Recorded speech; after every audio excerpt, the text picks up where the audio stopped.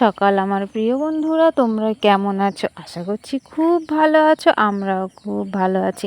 আমি অনিতা। আমার এই ভিডিও যে যেখান থেকেই দেখছো না কেন সবাইকে ভালোবাসা জানিয়ে আজকে আমি আবার একটা নতুন ভিডিও শুরু করছি। প্লিজ বন্ধুরা, ভিডিওটা স্কিপ করে দেখো না, পুরো ভিডিওটা দেখার অনুরোধ রইল তোমাদের কাছে। আজকের ভিডিওটা আমি এখান থেকেই শুরু করছি, কারণ বৃষ্টি হচ্ছিল তো, তাই সকালবেলা উঠোন টুটুন কিছু ঝাড় দিতে পারিনি। তাই এখন আমি কলতলা বসে থালা বাসনগুলো মেজে নিচ্ছি, কারণ আবার যদি বৃষ্টি হয় কলতলা তো একটা ঘেরা নেই, একদম ফাঁকা।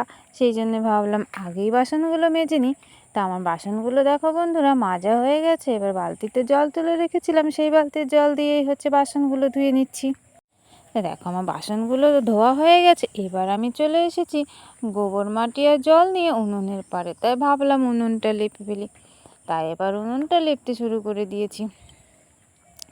দেখো আমার উনুনটা প্রায় লেপা শেষ হয়ে গেছে। এবার আমি চলে এসেছি আবার উনুনের পাড়ে। হাঁড়িটাকে ছাই মাটি দিয়ে লেপে দিয়েছে আর বাসনগুলো এখানে এনে রেখে দিয়েছি। দেখো হাঁড়িতে আমি জল দিয়ে ওপাশে বসিয়ে দেবো, আর এই পাশে বন্ধুরা আমি চাটা করে নেব।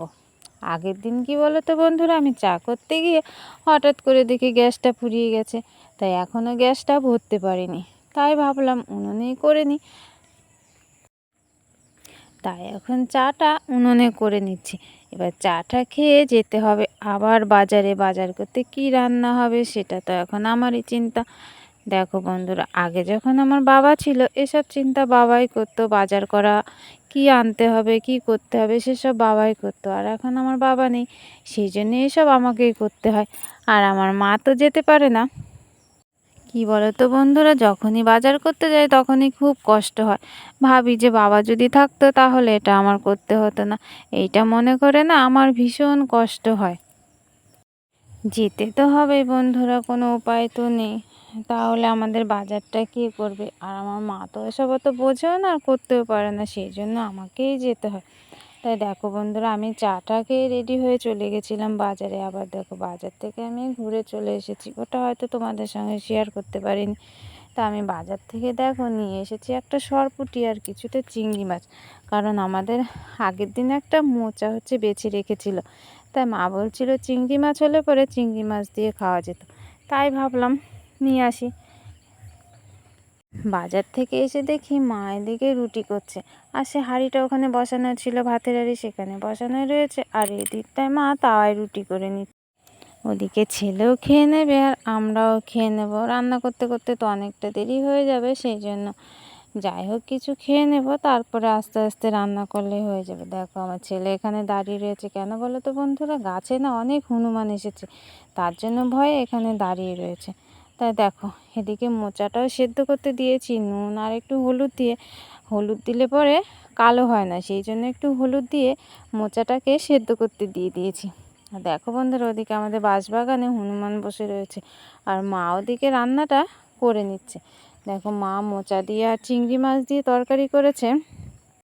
আর যে সরপুঁটি মাছটা এনেছিলাম সেটাকে আলু আর পটল দিয়ে তরকারি হয়েছে। ছেলের তরকারিটা তো আলাদা তুলে রাখি, সেটা তো তোমরা জানো।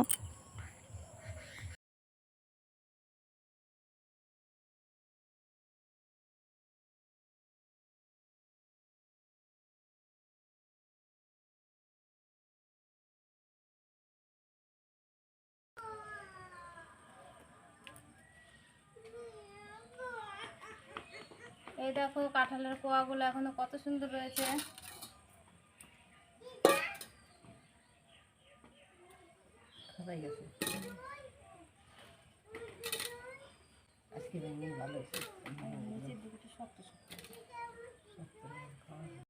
দেখো কাকিমা এসেছে কোনো একটা দরকারে, তাই কাকিমাকে বললাম একটু বসেই যাও, আমি যখন কাঁঠালটা ভাঙছি তাহলে দুটো খেয়েই যাবে। আর এখনকার কাঁঠালটা খেতে অতটা খুব একটা ভালো লাগে না, যেমন সিজনের সময় লাগে।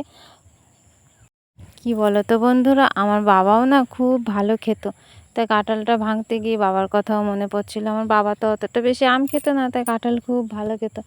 তাই ভাবছিলাম বাবা যদি থাকতো তাহলে বাবাও খেত। আজকের মতো বন্ধুরা ভিডিওটা এখানেই শেষ করছি। তোমাদের যদি ভিডিওটা ভালো লাগে একটা লাইক করো, নতুন নতুন ভিডিও পাওয়ার জন্য চ্যানেলটি সাবস্ক্রাইব করো। টাটা বন্ধুরা।